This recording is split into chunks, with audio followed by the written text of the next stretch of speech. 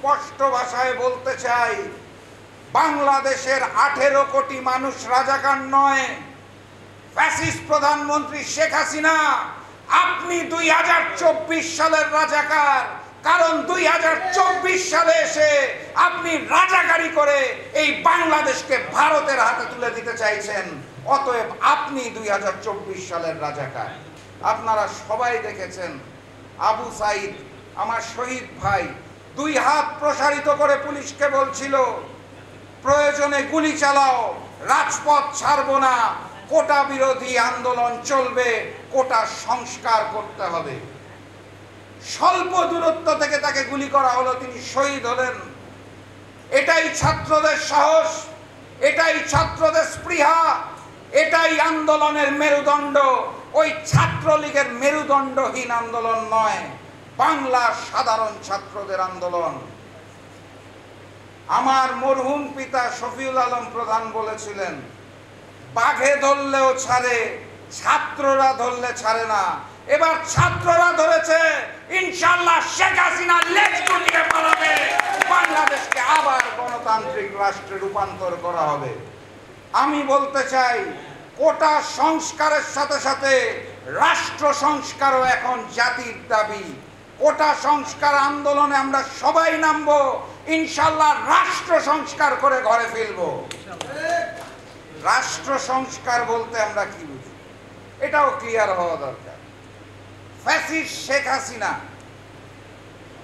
সকল সমস্যার মূলে, আপনি ব্যানারে দেখেন অনেক বিষয় আছে, দ্রব্যমূল্যের ঊর্ধ্বগতি, দেশের বাইরে হাজার হাজার লক্ষ কোটি টাকা পাচার করে দেওয়া হচ্ছে, মানুষের ভোটের অধিকার নাই, মানুষের বাক স্বাধীনতা নাই, মানুষ একটি গণতান্ত্রিক রাষ্ট্রে কথা বলতে পারছে না।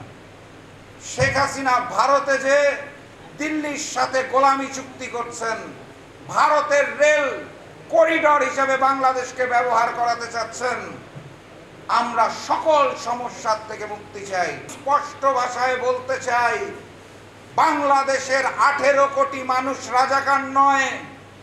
ফ্যাসিস্ট প্রধানমন্ত্রী শেখ হাসিনা, আপনি 2024 সালের রাজাকার, কারণ 2024 সালে এসে আপনি রাজাকারি করে এই বাংলাদেশকে ভারতের হাতে তুলে দিতে চাইছেন। অতএব আপনি 2024 সালের রাজাকার।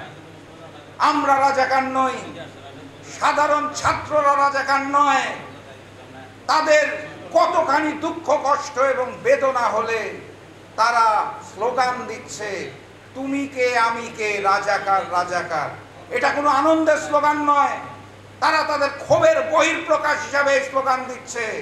আপনার মন্ত্রী মিনিস্টার রায়ের প্রতিবাদে রাষ্ট্রদ্রোহিতার মামলা দেওয়ারও প্রস্তাব দিয়েছেন। আপনারা শুধু প্রথম লাইনটা শুনেছেন, স্লোগানের পরের লাইনটার সময় আপনাদের কান বন্ধ ছিল, কানের মধ্যে সীসা ঢুকে গিয়েছিল। যদি না শুনে থাকেন তাহলে কান পেতে শুনুন। মূল স্লোগানটা হচ্ছে, তুমি কে আমি কে, রাজাকার রাজাকার। কে বলেছে? কে বলেছে? স্বৈরাচার স্বৈরাচার।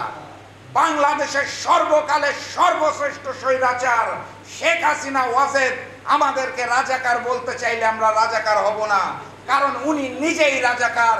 উনি দেশ বিক্রির গোলামি চুক্তি করে বাংলাদেশকে ভারতের করদ রাজ্য করতে চায়। ইনশাআল্লাহ বাংলার মানুষের জীবন থাকতে বাংলাদেশকে ভারতের করদ রাজ্য হতে দেব না। রাষ্ট্র মেরামত করতে হবে, বাংলাদেশের স্বাধীনতা, সার্বভৌমত্ব এবং গণতন্ত্রকে ফিরিয়ে আনার আগ পর্যন্ত বাংলার মেহনতি মানুষের আন্দোলন চলছে, আন্দোলন চলবে ইনশাআল্লাহ।